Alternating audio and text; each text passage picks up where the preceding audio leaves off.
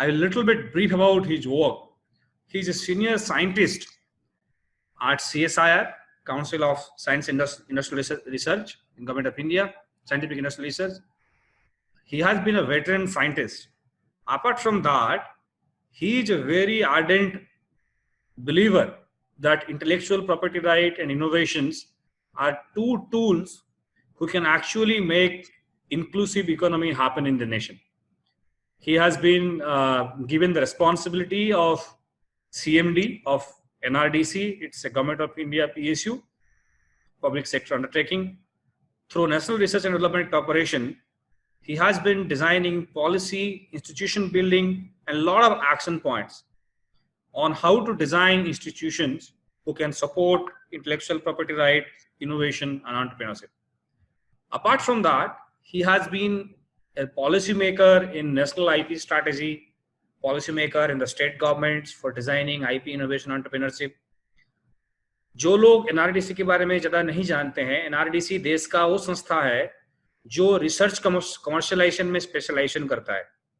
अगर आपकी यूनिवर्सिटी में, आपकी प्राइवेट सेक्टर की लैब में, आपकी इंडस्ट्री में कोई शोध हुआ हो और उस शोध को आगे मार्केट तक पहुंचाने के लिए जो कामकाज करने की सपोर्ट चाहिए, उसको एनआरडीसी करता है. एनआरडीसी आज की तारीख में एक खुद इंक्यूबेशन सेंटर भी है, जो ऐसे टेक्नोलॉजी जो कमर्शियलाइजेशन के बाद मार्केट में जाने के लिए तैयार हैं, ऐसे इनोवेशंस को वो लोग इंक्यूबेट भी करते हैं. NRDC is also a body in the government of India.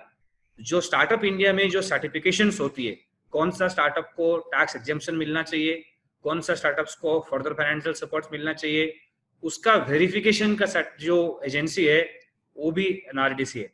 तो एक बहुत महत्वपूर्ण भूमिका में है और this role has given him enough experience कि इनोवेशन एंटरप्रेन्योरशिप की इकोसिस्टम डेवलप कैसे करते हैं. इनोवेशन एंटरप्रेन्योरशिप की चाहे आपकी कॉलेज के लेवल पे, चाहे आपकी यूनिवर्सिटी के लेवल पे, आप इकोसिस्टम कैसे बनाते हैं, आप आगे चीजों को कैसे बनाते हैं. Most of you are aware, Gujarat is a leader in the innovation and the startup innovation ecosystem. Last year, when the DIPP has conducted a survey and assessment of all the startup ecosystems, the Gujarat has emerged as a number one.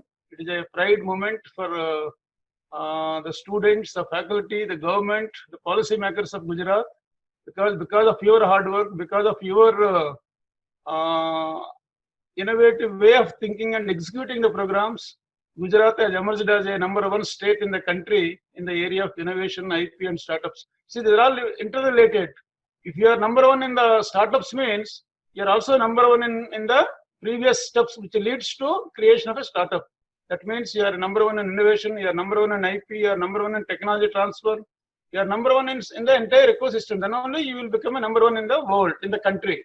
So I wish one day Gujarat will also emerge as a number one in the world also. I think the word has come automatically into my mouth, but I think it has got all the features and all the capabilities to become a leader in the innovation space. So the topic for my talk is that innovation, entrepreneurship, intellectual property rights, and startups is a very big topic. Each one itself is a big topic, but let us try to understand some of the important features of the entire gamut of operations. Say, before we go into the topic, it is also important, particularly for the students and the newcomers, the startups, to understand some of the basics. So the title of my presentation was innovation. So it is also important for all of us to understand what is innovation.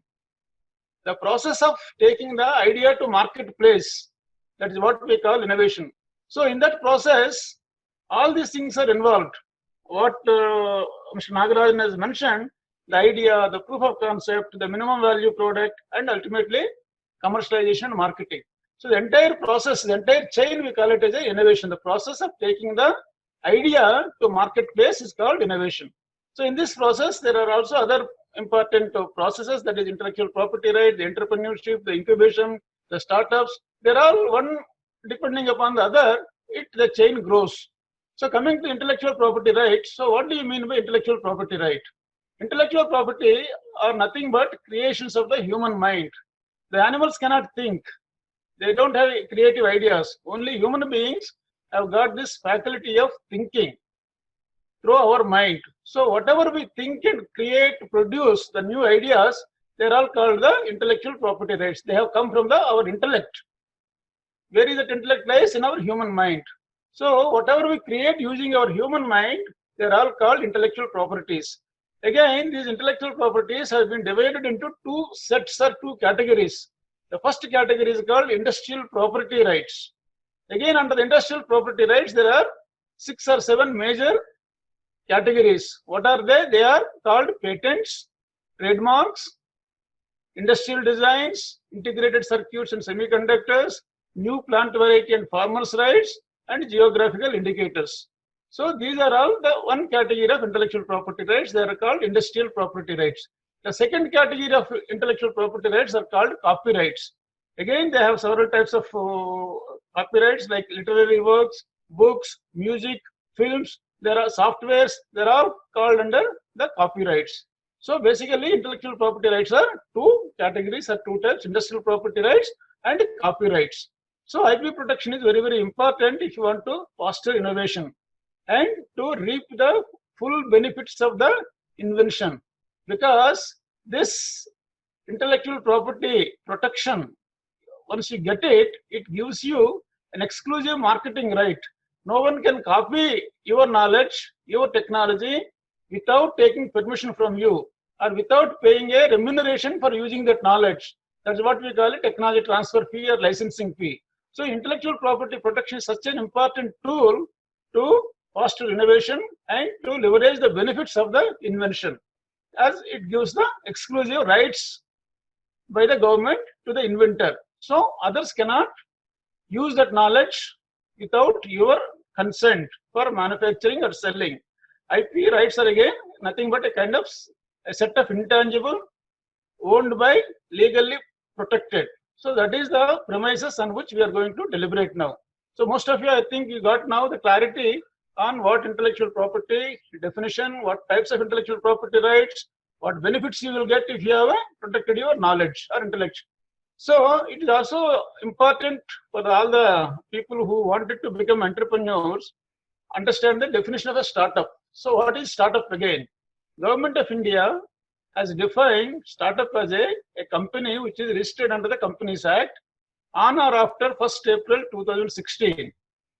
The company is called as a startup as long as it is within 10 years of its life, 10 years of its age from the date of its incorporation. Okay? 10 years. Once you cross 10 years, you will no longer called as a startup company.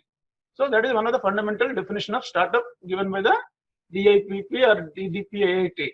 And another criteria is that the entity's turnover during this 10 years period should not cross 100 crores any time. The moment you cross again 100 crores turnover, again you are not called as a startup company. So another mandate of this startup company is that they should be scalable, they should create wealth, employment, and there should be innovation in it. Okay, these are all the criteria Government of India has decided or defined to call them as a startup. So most of you are also aware, India has the third largest startup ecosystem in the world. Okay, now I think we have more than 35,000 startups have been already registered from the date on which the Startup India policy has been launched. That is on 1st April 2016.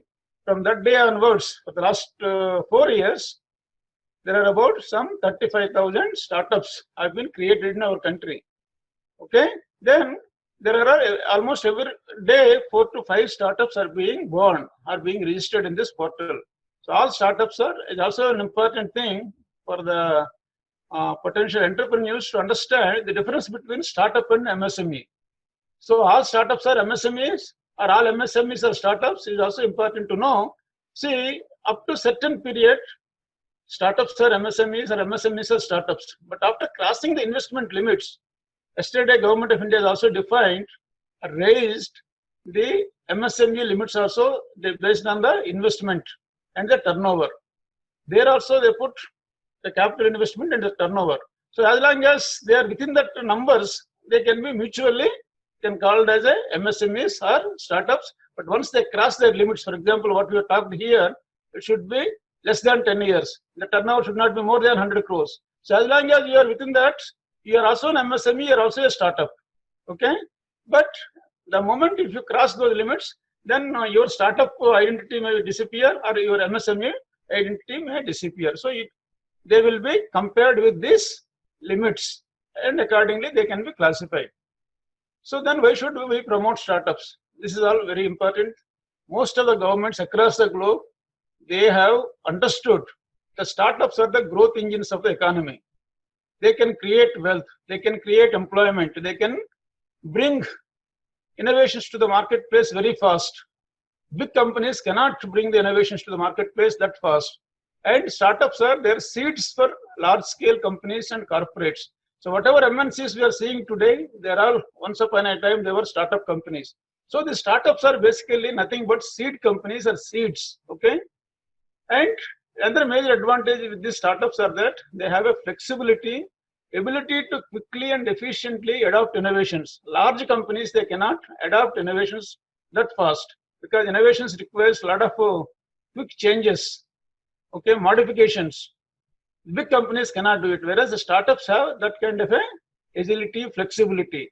And the startups can also bring higher growth in shorter times. That is the biggest advantage for promoting startups. Now, if you look at all the unicorns in the world, now we have more than 300 unicorns. In India also has got around some 26, 27 unicorns. So all these unicorns, they all, once upon a time, they're all startup companies. Started with few people, 4 people, 5 people with maybe 10 lakhs, 20 lakhs, but they have become now unicorns. Unicorn means a company valued $1 billion and above is called a unicorn. So like that, in the current era of technology, the companies are becoming unicorns very fast. Unicorn company valuing $1 billion, in olden days it used to take several decades. But the current era, the startup companies are becoming unicorns within even 7 to 8 years. That is the beauty of this technology revolution and technology advantages. The current era of entrepreneurs are so fortunate. If you got a brilliant ideas, you can become a unicorn very fast. And they promote inclusive growth. Startups, they promote inclusive growth. Every district, every mandal, every state can have them so that they can provide employment opportunities in the local region. They become a growth engines. The MSME startups also contributes around 29% of GDP, more than 40% of exports, and creating an employment opportunities for about 11 crore people in the country. But there are several challenges. They're all rosy about that, but they also undergo or faces a lot of challenges like access to innovative technologies. See, getting ideas is the key, but once you get an idea, whether that idea is really innovative or not, you need to get validated. As an individual, you may not be able to have that kind of an expertise to say that your idea is innovative or not. It requires a systematic mechanisms, experts, mentors, many things are required. So that is another one of the major challenge for all the startup companies, MSMEs, to have that kind of a idea validation, whether the idea is innovative or not. And even if you are MSME, you wanted to adopt the technology also, there is a challenge of its access. Then access to finance is another major issue. See, all these innovations, new ideas require a risk capital. The conventional finance, which is generally given by the banks, they will not give it to these innovative technologies because by definition, they are all risky. But the traditional financing, they give only if the technology is proven already. But whereas you are trying to venture into a new technology, so the conventional financing doesn't help. They don't invest in this kind of startup companies or MSMEs. So you need a different kind of a finance, innovative finance like venture capitals or private equity players. They are all the people who can invest in this. But again, that is now situation is better compared to maybe 10 years ago. Then trained manpower is also another challenge. The IPR issues, we are also going to discuss about it. Of course, government has been a great supporter to MSMEs and startups. Yesterday, the government of India, Honorable Prime Minister has announced to overcome this COVID challenges, around 10% of our GDP, that is equivalent to about 20 lakh crores, have been earmarked to support MSME startups and businesses in our country who have suffered a lot because of this COVID. Okay, startups and MSMEs are passing through critical times due to COVID-19. We are all aware of this. The major problems for these companies are liquidity, receivables, disruption in supply chains, decline demand. So these are all major challenges known in the history. I think maybe for quite some time we have not seen this kind of a challenge. So the government, everybody has to now come out innovatively to sustain in the market because of these COVID challenges. So importance of IP in businesses. This is very, very important to understand. Protecting and use of IP brings economic growth and development. Okay, that is very, very important. That's what we have seen, because they bring wealth, jobs, improved quality of life, purchasing power, and ultimately they lead to GDP. So whatever new innovations we are able to commercialize, produce, and bring it to the market, they lead to all these benefits. And it also improves the performance of the business. Rather, IP has got a direct linkage with the business performance. The IP capability is directly proportional to the business performance. IP promotes FDI and Make in India. You all know that whatever FDI comes, they always come with a technology transfer. They hold technologies, along with that they bring it. So wherever FDI comes and IP comes, they go hand in hand. That will also help in Make in India. If you also look at some of the major corporates and companies, 80% or 85% of the market capitalization of these large companies are lies in their intangible assets like IP. If you look at the Microsoft, for example, the other day we were reading that report, around 93% of the company's value lies in the intangibles, particularly the IPs kind of a thing. Then IP oils the economy and has a multiplier effect, which you have seen in the above. In the brick and mortar economy, men, material, capital created the wealth, but whereas we are in the knowledge economy, ideas, innovation, IPs are the backbone of the sustainable development and sustainable economic growth.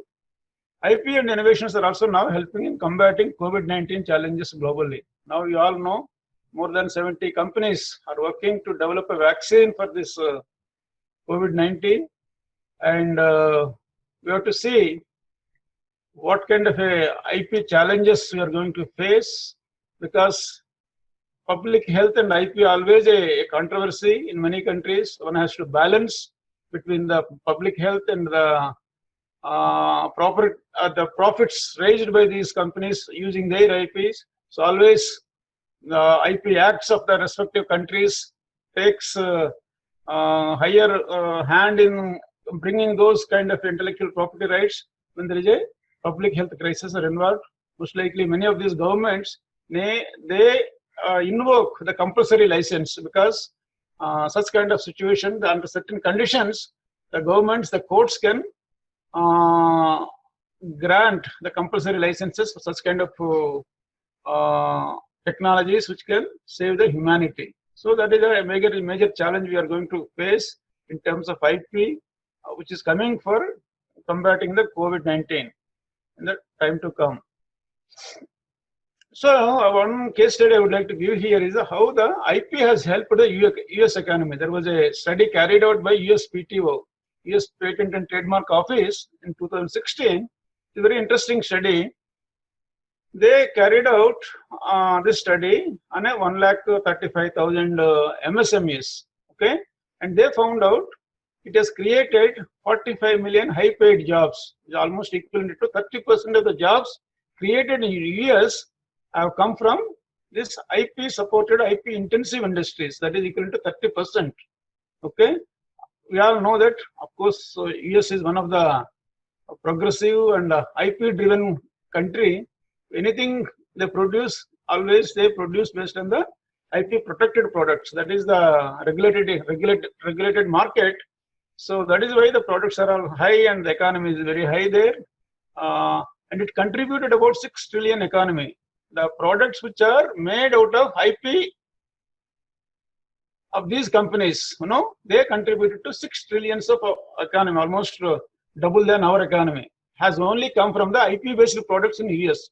That is equivalent to around 38% of the GDP in USA in 2016.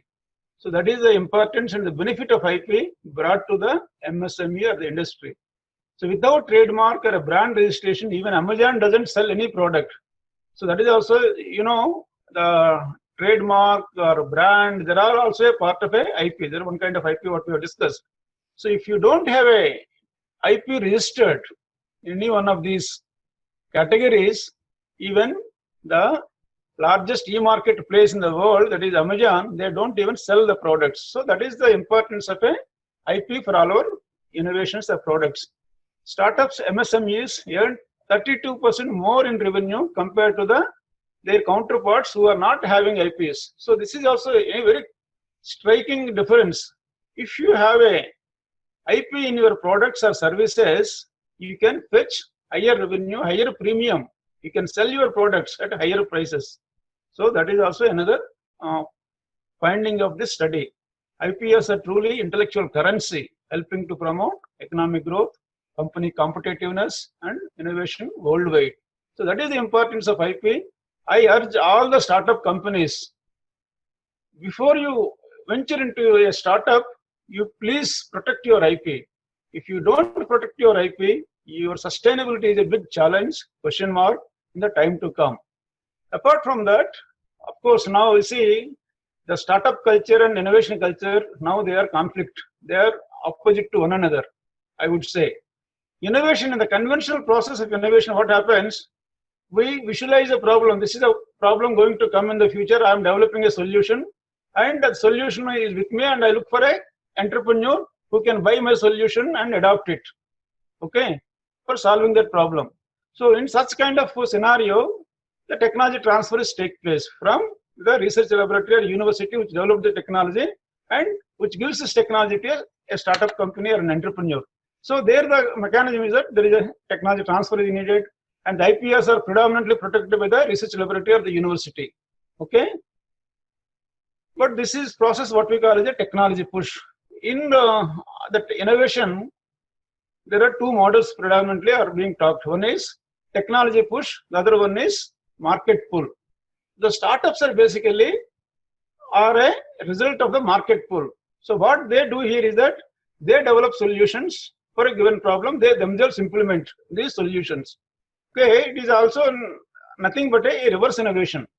So the conventional way of innovation is that you identify the problem, develop a solution. Okay, but in the reverse innovation process, what happens? You develop a solution for a given problem with a shorter period, with less resistances of the market barriers. Okay, so that is why the startups, what they adopt is called, we call it a reverse innovation.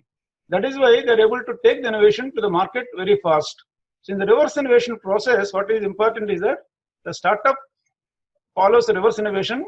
Here, the IPRs are very, very important for them, because in the conventional innovation process, the laboratory or the institute which develop the technology, they protect the technology. So you don't have to spend on the intellectual property rights.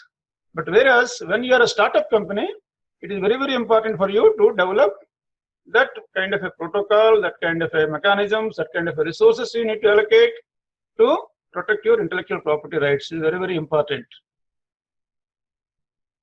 So why IP protection is essential for startups? That is what I mentioned, but it gives you a competitive advantage in the marketplace, as IP provides an exclusive rights for a certain period of time. You know, if you get a patent for your product, you get 20 years of exclusive rights on the technology. So no one can copy your technology, no one can use your technology, because you have got a exclusive rights on your knowledge to manufacture and sell. So that is the biggest advantage, biggest barrier for others to enter into the market for the same product. So IP is very, very important for startup companies.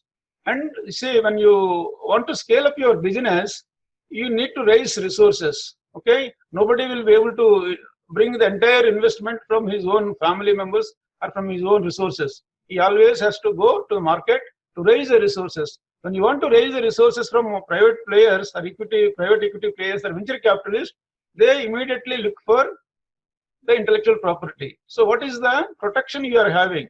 If it is a generic product, if you don't have an intellectual property protection, your valuation for the company, you will not get. You may be having a business, but in the long run, you will not be having that kind of an advantage. So if you have a IP protected in your venture, you will get higher valuations. If you have got higher valuation means you get higher share premium. That is the without losing your control on your equity, you can get more money to expand your business. And also it attracts investors to make investments as it protects the investors' interest. As the IP gives a exclusive protection, market rights, so investors also will get enthused.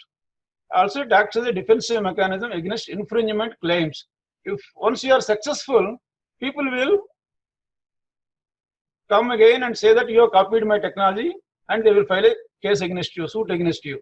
But once you have a patent granted on your name, you can always show that and convince the courts saying that I got a patent granted by the government. I have not copied anybody's technology. This is my own knowledge. This is a patent granted by the government. So that will act as a defensive for you. And also it provides new revenue streams through licensing. For example, if you don't want to commercialize yourself, or you don't want to establish a venture based on your IP yourselves, you can also license it. You can also franchise it, or you can also sell that IP. Outright sale also can be done. So that also brings you a lot of revenue for you. And IP must be exporting products to developed economies. See, for example, countries like US and all the European countries, if you want to export your product, you should have an IP. If without an IP, you cannot export. They think that it is a copied product or forfeited product. So that is why it is very, very important. If you want to export, you should file a patent. You should get a patent or IP protected. As we have seen in the case of Amazon, they don't sell any of your product if your product is not protected through the relevant IP. So increase in negotiation, and also if you have IP, you will also get a better deal when you wanted to establish a joint ventures in cross licenses agreements. So you can get a better deal, higher valuation, higher share if you have a IP for your technology, the idea, or the business. So these are all some of the important features why one should have IP for his startup company. So this has also been very well established. If you look at the economies of the major economies and their IP portfolio, it is again clearly established. If you look at USA, which is the largest economy in the world, around $22 trillion, and if you look at the current patents they filed every year, about 6 lakhs patents they file, but the quality of patents are much, much better compared to the patents of other countries. That is why there is a strong relation between the portfolio of the patents and the GDP of those countries. Similarly, again, an example of China. China also files large number of patents. Last year, they filed around 15 lakh patents, and their economy is also very good. The number 2 in the world after USA, about 14 trillions. Japan again has got a good number of patents. Their economy is also very strong, 5 trillion. Germany, 3.8 or 4 trillion. And if you look at their patents, also huge number of patents.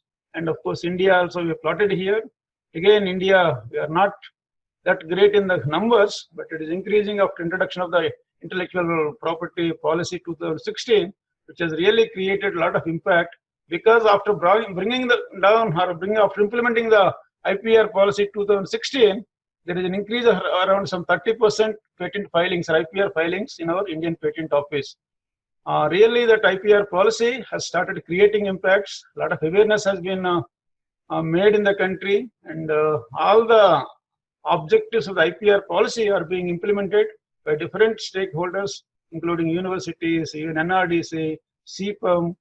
Many agencies now are giving a lot of focus and thrust to implement this IPR policy to create that kind of awareness.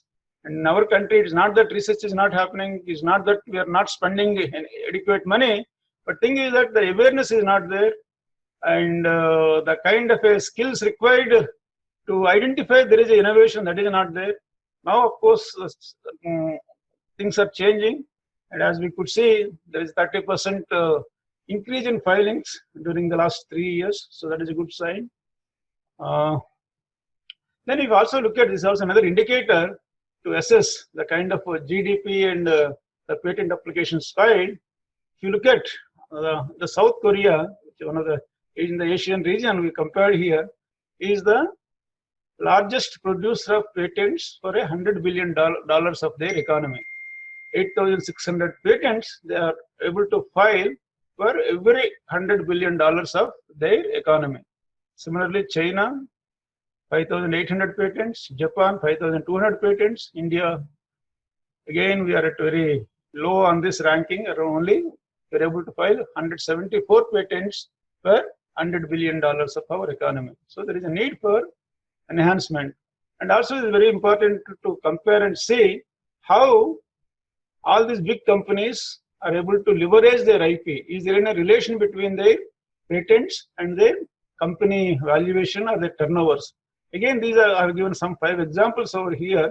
Apple, which is the #1 company in terms of market cap, is I think about $1 trillion now. And if you look at their patent portfolio, they have about 19,000 active granted patents. Similarly, Amazon, okay, they too have around 8,000 patents, mostly in their algorithms, softwares, and their capital market cap is around $800 billion. Similarly, Microsoft, again, they too have 40,000 patents. And see the turnover and market cap, that is the where this intangibles brings. See, their actual turnover is only around 200, 100 like this. But whereas their market cap, if you see, about almost 3 to 4 times. That is because of their IP strength. Similarly, Google, if you see it, again, its turnover is about $100 billion and its market cap is about $767 billion. They too hold 20,000 patents. Facebook, again, a recent entry, again, is also doing phenomenally well with the 4,000 patents and market cap of $470 billion with $55 billion annual turnover.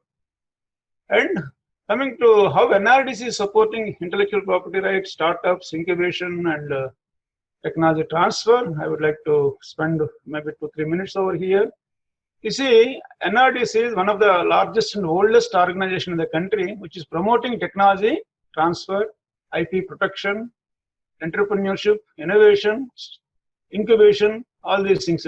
We work with all the government labs in the country, which are under CSIR, DRDO, ICAR, ICMR, universities, IITs, and we have access to all these innovative technologies, patents generated by these institutions.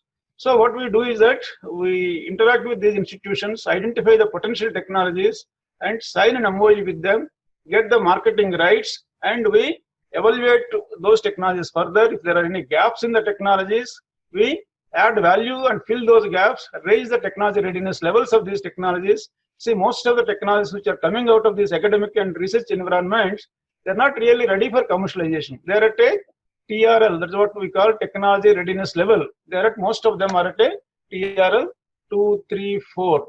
But if you want to really commercialize the technology readiness level should have been at least 6 and above. So that is internationally recognized as a mature technology. Matured, how do you say TRL 6? There are again a criteria. So one of the criteria is that, as Dr. Mr. Nagaraj said, there should have been a MVP. The minimum viable product should have been there. So then we call that technology as a TRL 6. Okay, that is the ideal stage for transferring a technology.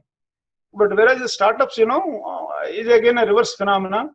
When they start with their own idea, to bring that idea to MVP, it costs substantial time, resources, all these things. But if you take these technologies, which are already developed by our public funded research laboratories like CSIR, DRDO, ICAR, and you don't have to reinvent the wheel. Take those technologies. From there, you can go to from MVP to commercialization, market development, business plan, all those things you can do it. So that you will be able to save time, resources, and you will be able to reach the market also very fast. So unfortunately, many people are not aware this kind of a institutional mechanisms are available. But what I urge all the startup companies or potential entrepreneurs is that first you, under the current circumstances, current scenario, you don't waste your resources starting from an idea. So first, once you have decided this is the problem I would like to solve, okay, come with a problem statement to NRDC, institution like NRDC. We have solutions already developed for those problem statements by the public institutions under the government. The government of India spends around 1% of our GDP on research and development to develop such kind of solutions. So make use of these solutions already developed, which are at a pilot scale, which are at a proof of concept stage, and take them and further you develop it. That will help you to bring the product much faster rate. Not only that, you will get a lot of support from these government systems. If you take in a product from a government lab, you can always claim, and also society also believes you, saying that this technology was developed by a government institute. If you, as an individual, if you say that I have developed a vaccine for a COVID-19, nobody will believe. They will suspect you first. They will ask you 100 questions. They'll make you embarrassing situations. Where is the clinical data? Do you know the chemistry? Do you know the physics? But all those things you need to learn yourself and convince the investors. But whereas if you take a technology from an institute like NRDC or CSIR, DRDO, so you will get the entire backup of these institutions. So I urge all the potential startup companies or inventors or innovators or entrepreneurs, please make use of this opportunity. Wonderful opportunity is made available to you. So come to us, we will give you a technology in any of your domain, whichever area you are interested. It could be agriculture, biotechnology, healthcare, energy. We have technologies in almost all areas, okay? And NRD is also maintaining a database of 3,000 innovative technologies. You can also choose these technologies. If you're not able to choose, you can discuss with us. We will be able to guide you. And we also partnered with the Ministry of Defense to establish IPFC in the Ministry of Defense DGQ office. So that is also doing a wonderful job. Already this DGQ IPFC has already filed around 1,500 patents. We're also trying to commercialize some of the patents developed by them. Recently, they have come out with a PPE equipment, personal protection equipment, to fight with COVID. It's a wonderful technology, very cost effective. You can see that currently in the market, the PPE available, the overall, the coat, what they use, costing around 2,000 rupees. You have to, once you use it, you have to throw it at the end of the day.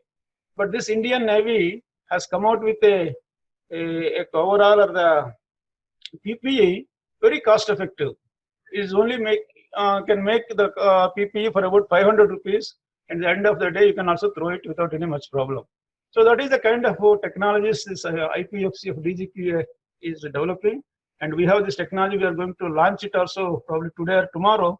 Any entrepreneur interested to establish a venture based on to produce this PPEs, this technology is very, very useful and available, very cost effective. Okay.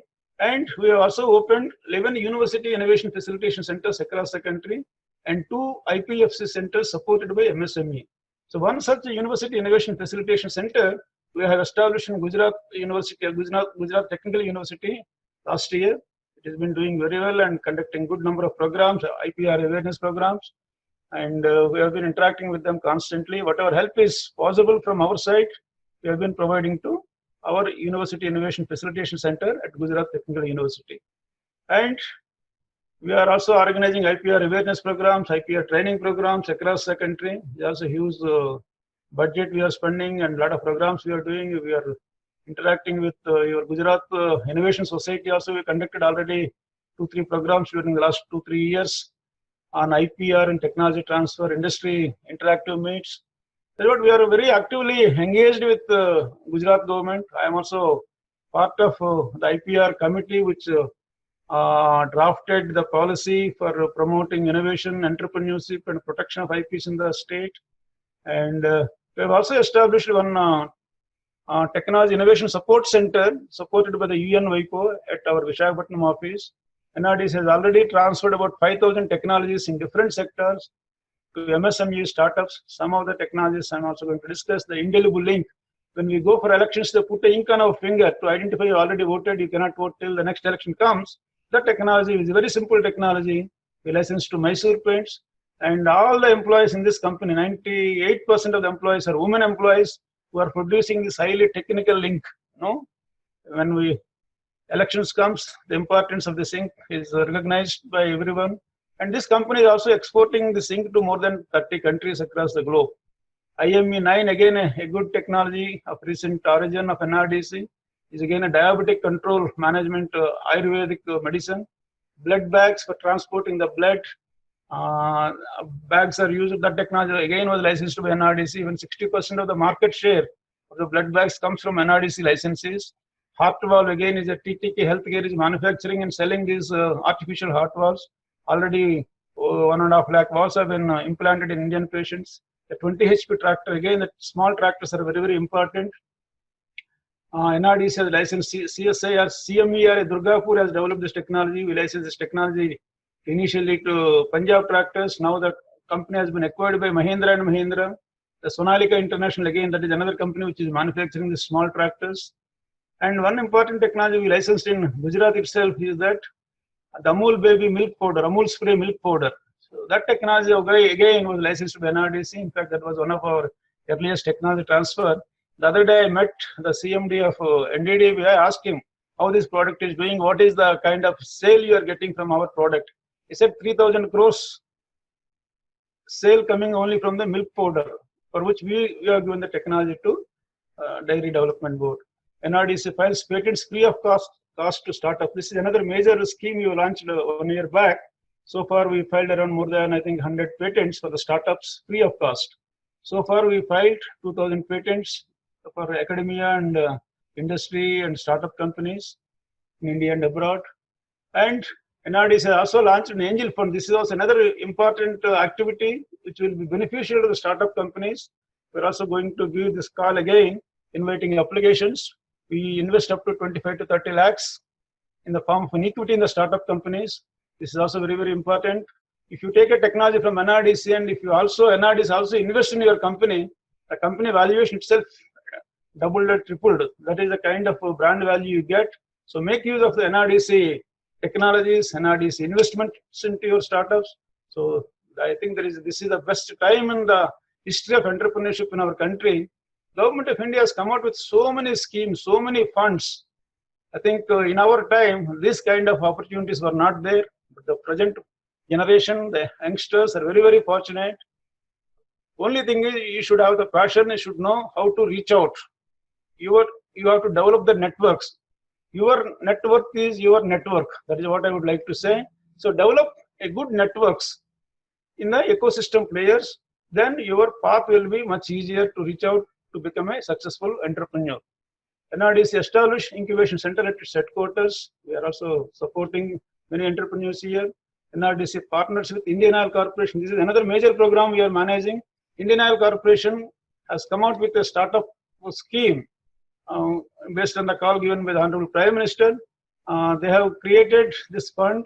If we recall, they're spending around 30 crores. So far, 2 calls have been given. NRDC partnered with Indian Oil Corporation for implementing this scheme. 60 crores we have already invested in 24 startup companies across the country. Not only in energy sector, but ideas which have got transforming ideas which the entrepreneurs or startups have are also funded there.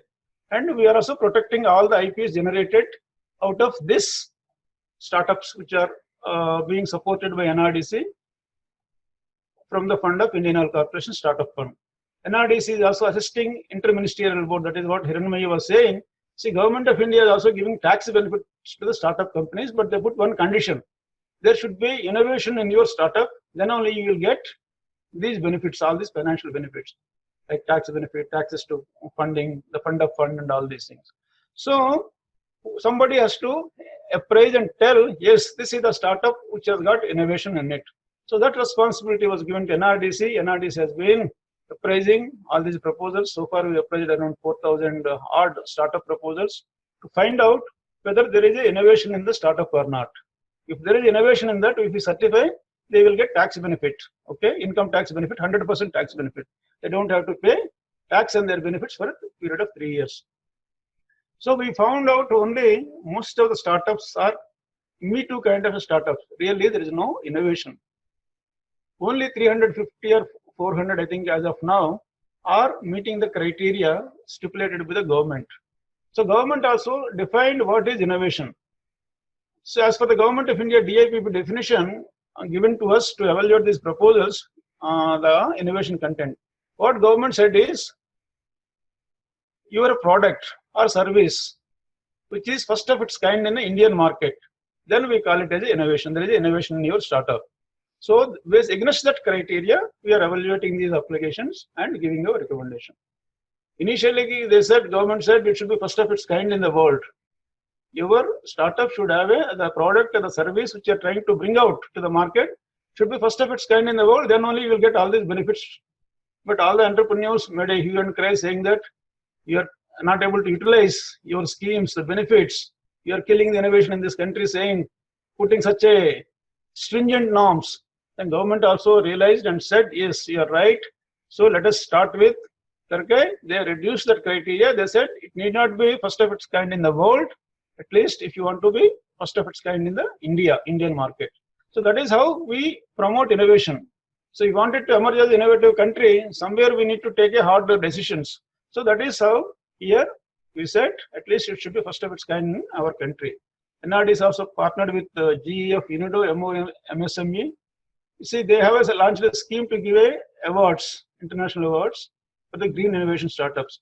So they received large number of applications. They have shortlisted, a jury has shortlisted, and they said whatever claims are being made by the startups, whether they are really genuine or not. So somebody again has to assess that. So UNIDO has given this assignment to us. These projects are about 19 projects, the shortlisted projects for these awards were given to us. They are in the area of energy efficiency, renewable energy, waste to energy, water efficiency. And our teams visited these startup companies, seen the demonstrations, seen the products, and whatever claims they have made, whether they are true or not, we have assessed and given our recommendation. Based on our recommendation, around 3 awards were given, and they were also funded. They have been taken to various other countries to participate in various fests and meets. So NRDC, what I would like to say that NRDC is a one-stop shop for entrepreneurs, startup companies, because whatever an enterprise, whatever an entrepreneur, whatever a startup is required, everything can be are being provided by NRDC, starting from a technology.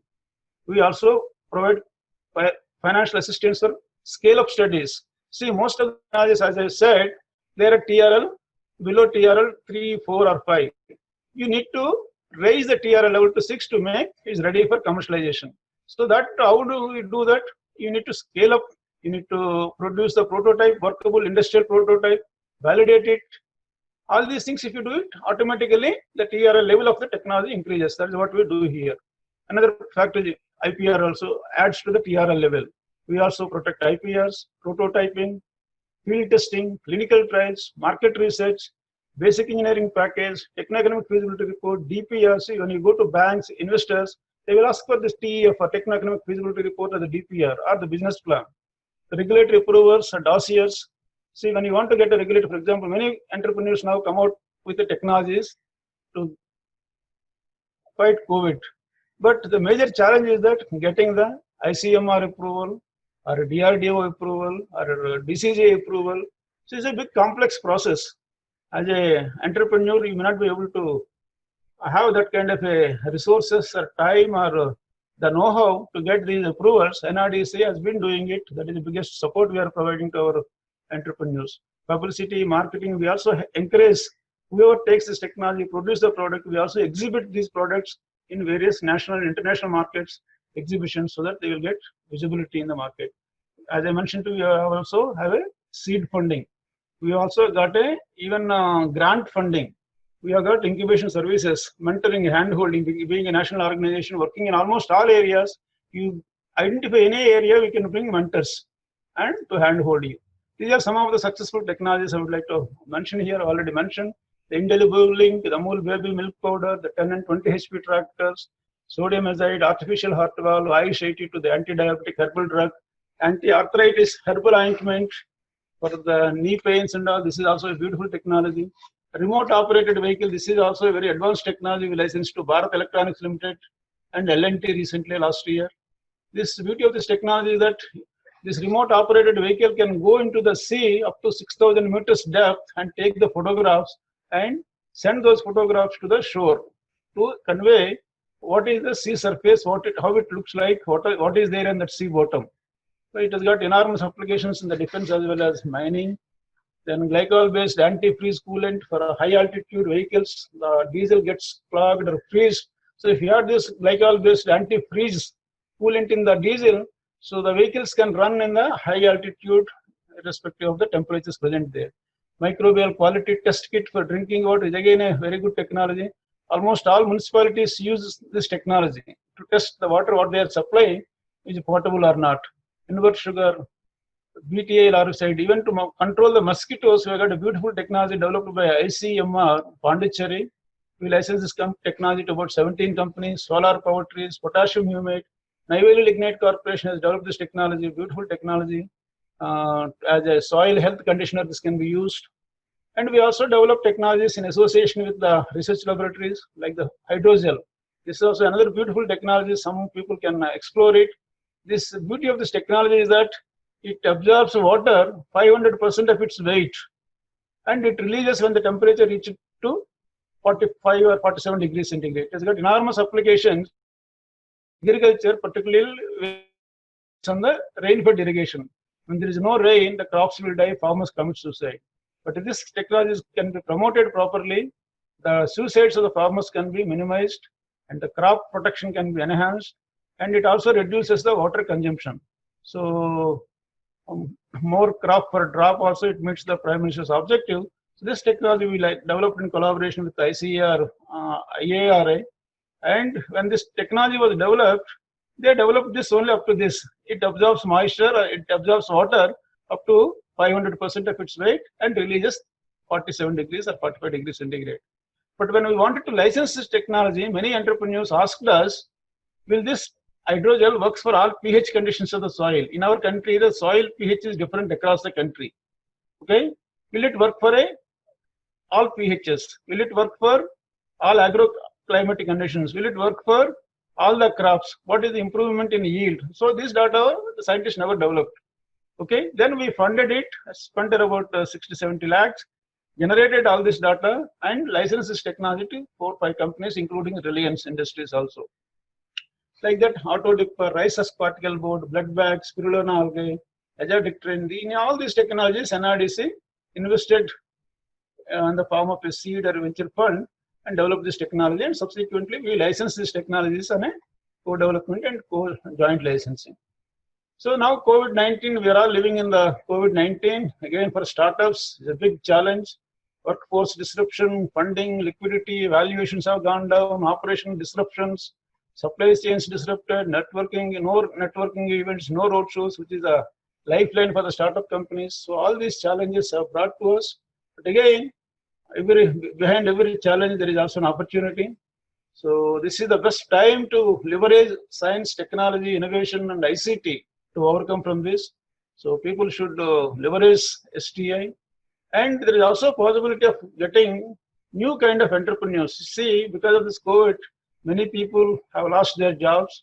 They have experience, they have resources, savings, and this is the time for them to venture.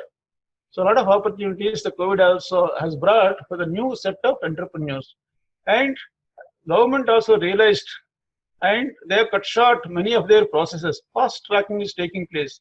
If you look at all the COVID proposals supported by DST, DBT, BIRAC, CSIR, I think in a fast track mode, within 1 week, 15 days, you are able to get decision whether your proposal is being funded or not.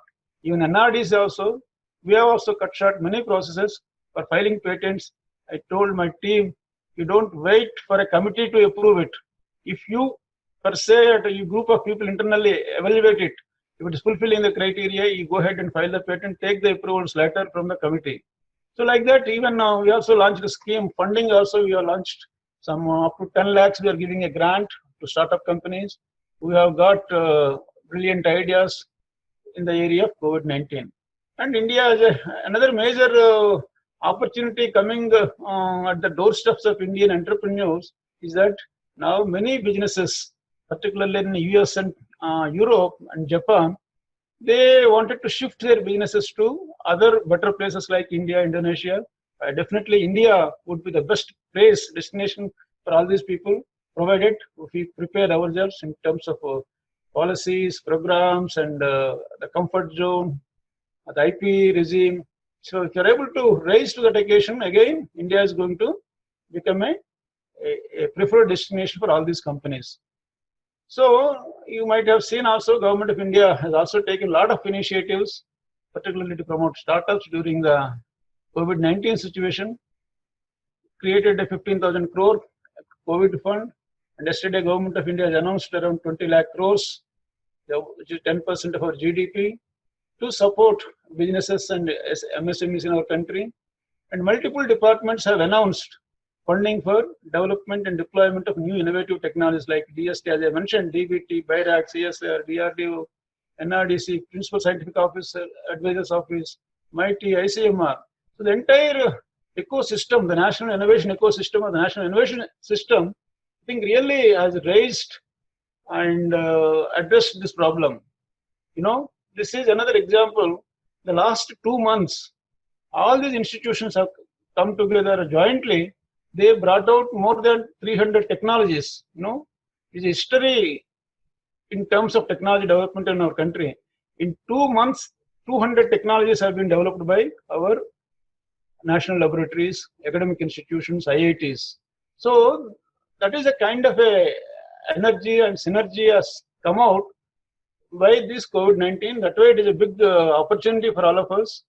And NRDC has compiled all these technologies which were developed by these institutions, and we brought out a compendium called Compendium for Indian Technologies for Combating COVID-19. It has been very widely covered in the media, and we are also almost got, after publishing this compendium of technologies, we already received more than 100 inquiries for various technologies. We are discussing with the laboratories, universities to find out the terms, conditions, and other process of licensing.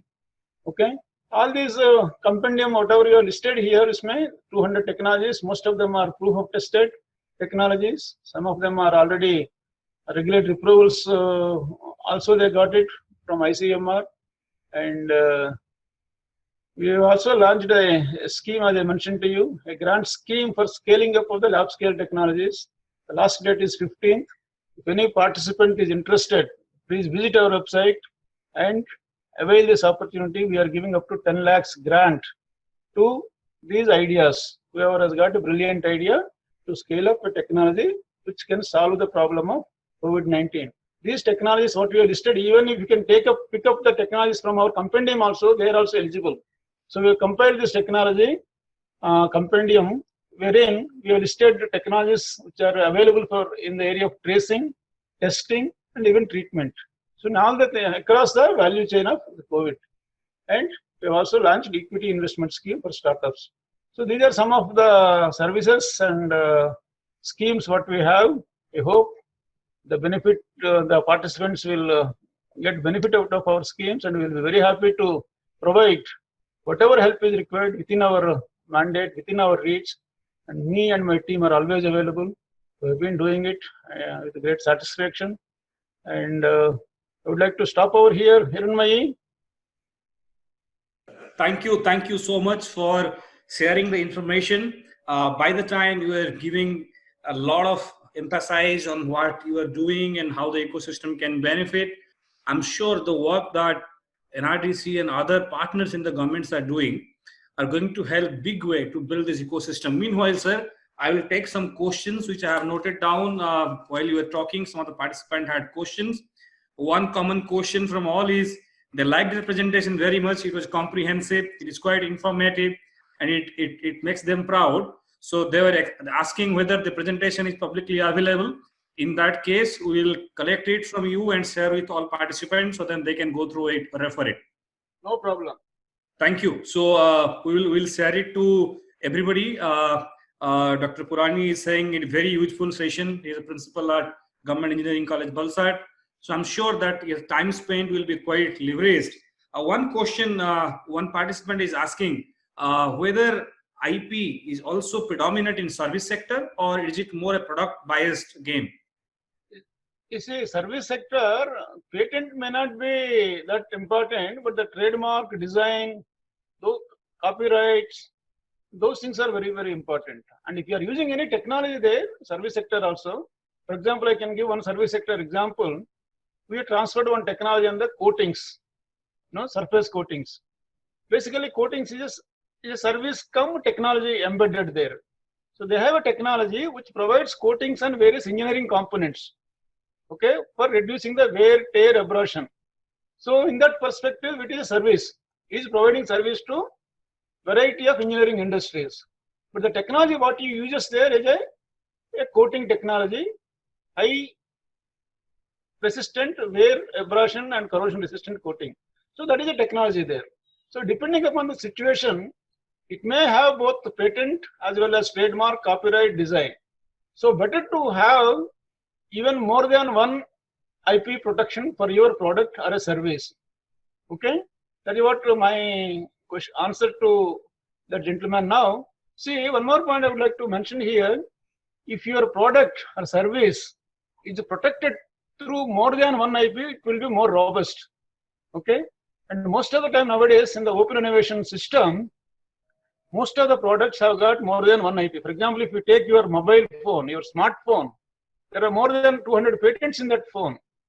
No, camera is one patent, screen is one patent, and the internal circuits several hundreds of patents. So like that, now IP is embedded. The more it is, the product is more robust, more IP also will be there in that. Wonderful.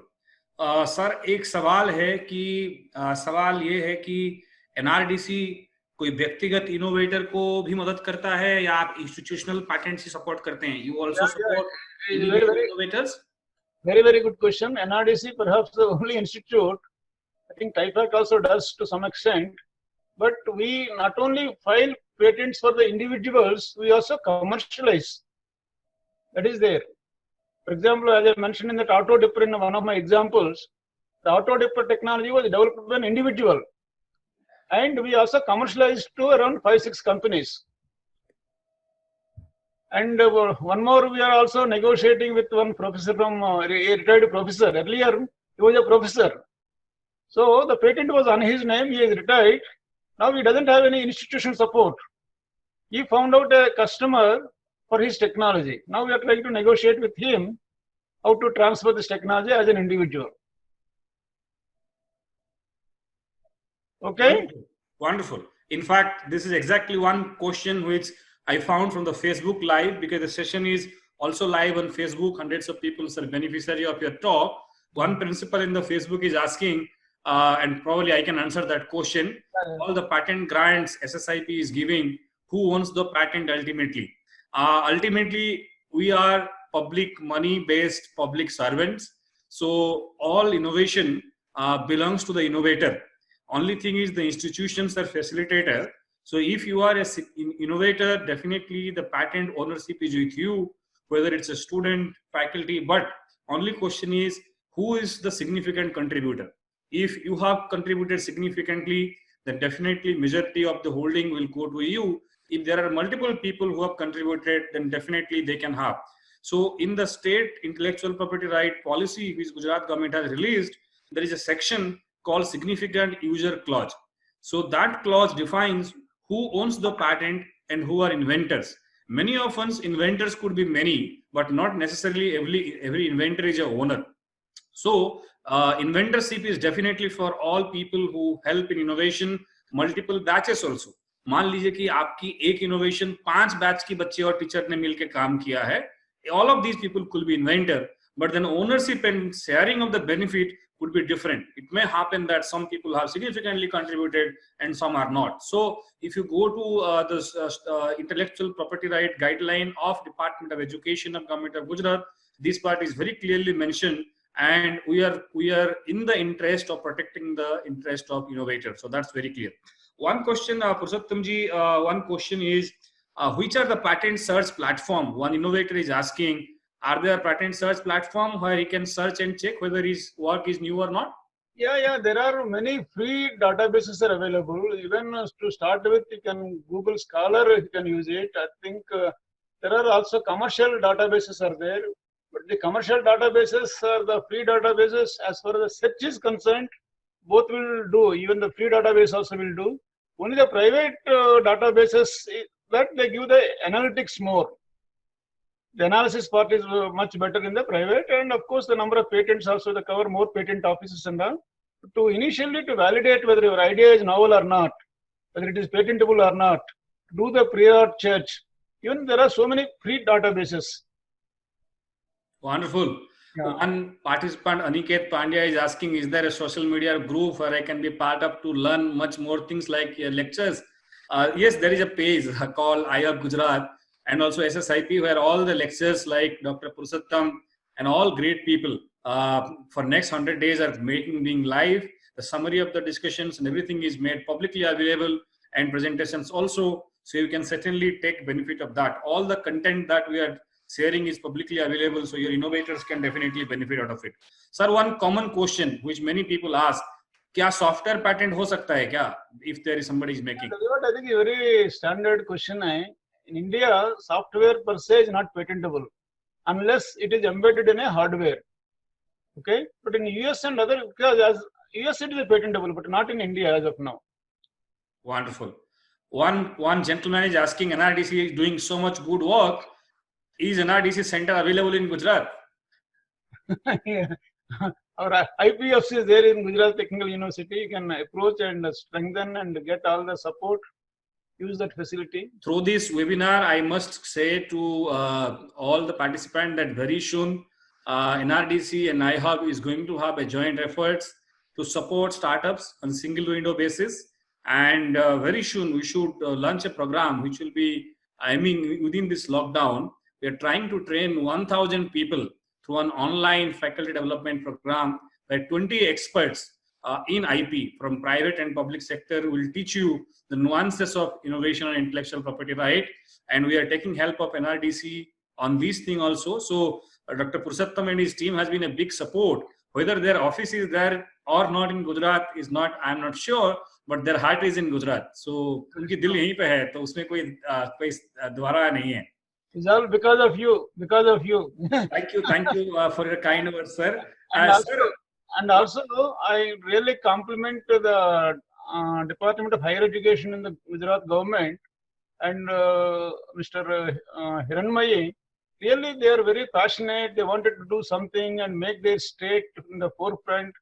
I really feel very happy to work with the Gujarat team. I've been working with so many states, but I find the kind of energy levels, the passion, interest to connect the national innovation ecosystem to Gujarat is wonderful. Even earlier, Madam Anju was there and Avantika ji. Avantika Madam, Anju Sharma, दूसरा Madam कौन था? Anju Madam. Anju Madam. So they are really great force behind creating that kind of ecosystem in Gujarat. We feel really pride and proud to work with the Gujarat team.